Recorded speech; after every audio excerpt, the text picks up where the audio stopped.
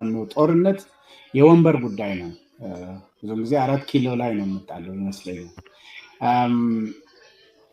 ኦሮሚያ አካባቢ እንደፈልጉ ሰውን ከቤት ጋር ሲያቃጥሉ ለምሳሌ እንደነውን ነው በአንተ የትውልድ አካባቢ የፋኖ ብርጌድ እንደፈለገ ሲንሸራሸር አስቤዛ በመከላከያ ታጅቦ ሲገዛለት ኦሮሚያ አካባቢ ብዙ እንድነካ የምፈለግ አይመስለኝም። ፋኖ እንግዲህ ትንሽ ውጊያ ያለው አማራ ክልል አካባቢ ነው እና ይሄንን ስናይ ለዚህ አሁን እየተፈጸመው ላለው ድርጊት ተጠያቂነታቸው ተመሳሳይ ነው። እንደውም የበለጠ ኃላፊነት መውሰድ ያለበት እንደ መንግስትም ይሁን እንደ ለዚህ ቡድን ፈጣሪ መንግስት ነው የሚሉ ወገኖች አሉ።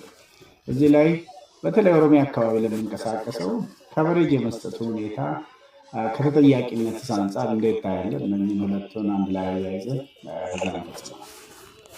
ቅድም ትንሽ ለመጥቀስ ሞክሬያለሁ። ከዚህ በፊት በውይይታችን መሀል ማስቻለሁ በኦሮሚያ ክልል አካባቢ በአጽንኦት ነው ማለት ነው። በኦሮሚያ ክልል አካባቢ የሚንቀሳቀሰው ፋኖ ነው የሚለው በተለያየ ቡድን ያለው ወለጋ አካባቢ 5 ብርጌድ አለ የምናውቃቸው 5 ጽናት፣ ነበልባል፣ መብረቁ፣ አይሻ መሐመድ የሚባሉት በቢዛሞ ብርጌድ ስር ሆነው ክፍለ ጦር ውስጥ ሆነው 5 ሆነው ነው የሚንቀሳቀሱት። ይህን ኃይል አደራጅቶ የሚረዳው አይሻ መሐመድ በጋዜጠኛው አሰለ አይደለም። እሱ ሚዝ ነው ላይክም ትርክት ብያለሁ። ቅድም ሳነሳ ግድያዎች ሳይሆኑ ትርክቶች አሉ ብያነሳው ቱቱ እና ቱሲ አካባቢ አሁን ቢየጌንቱስ የሚል አንድ አውስትራሊያ የምትኖር ህፃን ልጅ የምታስታውስ ከሆነ የራሷን መጽሐፍ ጽፋለች እና ሁለተኛ እኔ ቱሲ አልልም አትግደሉኝ አለች ከሚባለው እኔ ሁለተኛ አማራ አልሆንም ብላ አነሳች አይሻ የምትባለዋ ተብሎ በሷ ስም ነው የተሰየመው ያሉትና እኒ ሁሉ የስልጠና ቦታ አላቸው አቅርቦት የሚቀርብላቸው ቢኮዝ ወደ አማራ ክልል አካባቢ ያለው መንገድ የተዘጋው በመንግስት ነው። በዚህ በኩል ደጋው አካባቢ ያለው ኦሮሞ ነው የመንግስት መዋቅር ነው ያለበት። ከዚህ መሃል መሳሪያ ከምድር መጥቶ ዱብ አይደለም የመንግስት ኃይል ሰፕላይ ካላለ የቡድን መሳሪያውን አድርጎ ዲዚግኔትድ የሆነ የስልጠና ኤሪያ ያለው ማትነካው ከሆነ እንደ እናት ልጅ የምትንከባከበው ከሆነ ሰው የሚናገር ሰው ማለት። ስለዚህ እንደ መንግስት ከቨር የሚያደርጉት ነገር አለ። ከመንግስት አልፎ የጸጥታ መዋቅሩና የክልሉ ታች ያለው ወረዳና ዞን ላይ ያለው መዋቅር በእጅ አዙርነት ይሄ ኃይል እንዳይነካ ሽፋን ይሰጣል። ስለዚህ እነን ማህበረሰቡ የሚያውቃል፣ አካባቢ ያለው የሚያውቃል።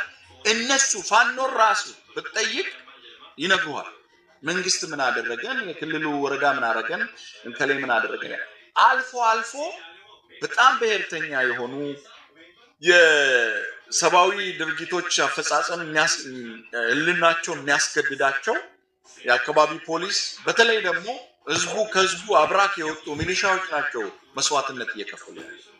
ሌላኛው ኃይል ምንም እያደረገ አይደለም። ስለዚህ ይሄ በአጽንኦት የምናነሳው ነው። ኖኖ አካባቢ መሀል ወረዳ ላይ ነው ከጉራጌ ዞን ተንቀሳቅሶ እዛ የተደረገው። ወለጋ ላይ የሚፈጸመው ኢቭን እኔ ባለኝ መረጃ አመራሮቹ ኢቭን ተሻግረው ከአባይ ማዶ ሆነው ነው እየመሩት ያለው። ያ ሁሉ ሲደረግ መከላከያ የሚጠብቃቸው ኬላዎችን አልፈው ነው የሚንሸራሸሩ። ይሄን ሁሉ ስታነሳ በግልጽ የሚታይ ነው። ይሄ የፖለቲካ ጥላቻ ወይ ሌላ ነገር አለ።